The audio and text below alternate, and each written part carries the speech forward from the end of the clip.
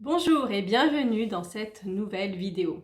Aujourd'hui, je vais vous parler de motivation. Comment motiver nos élèves à travailler dans une ambiance de classe positive. Mon premier conseil, c'est de s'intéresser à lui. Un élève qui se sent bien apprend bien. On enseigne à des individus. Alors, si on prend soin de chacun de nos petits élèves, eh bien, qu'est-ce qu'on va faire? On va prendre en compte leurs émotions. Les élèves arrivent d'un contexte familial pas forcément très simple et pour qu'ils puissent se libérer de leurs soucis familiaux, il est important de pouvoir accueillir leurs émotions en classe, de pouvoir en discuter pour qu'ils puissent finalement mettre de côté leurs émotions négatives, leur stress, leurs soucis, pour qu'ils puissent ensuite se concentrer sur les apprentissages, sur la relation à l'autre.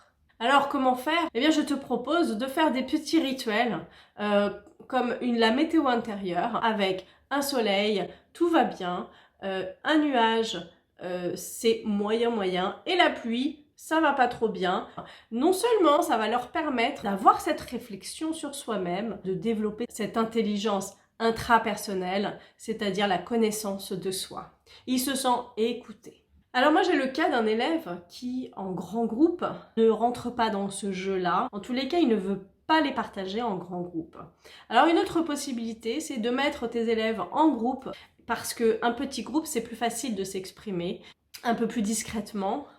Donc là, il s'est ouvert aux autres parce qu'il était dans un contexte plus sécure et donc il a réussi à se livrer.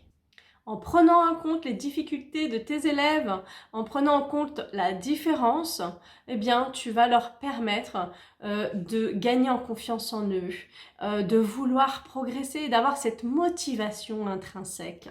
Eh bien, c'est en les mettant en position de réussite, en adaptant notre aide et notre étayage pour ces élèves-là. Et puis, bien sûr, il y a les encouragements. Chaque enfant a besoin d'être nourri par des encouragements et des mots positifs.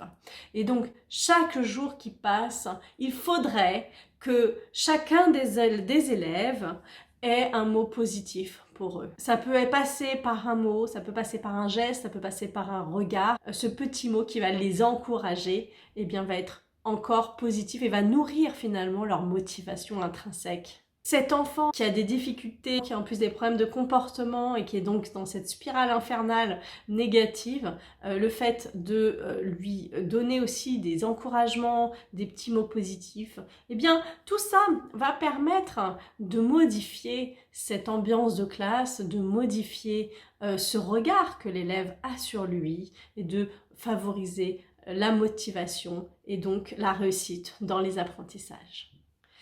Voilà, j'espère que cette vidéo t'aura plu. N'hésite pas à partager, liker, commenter et je te dis à bientôt dans une nouvelle vidéo.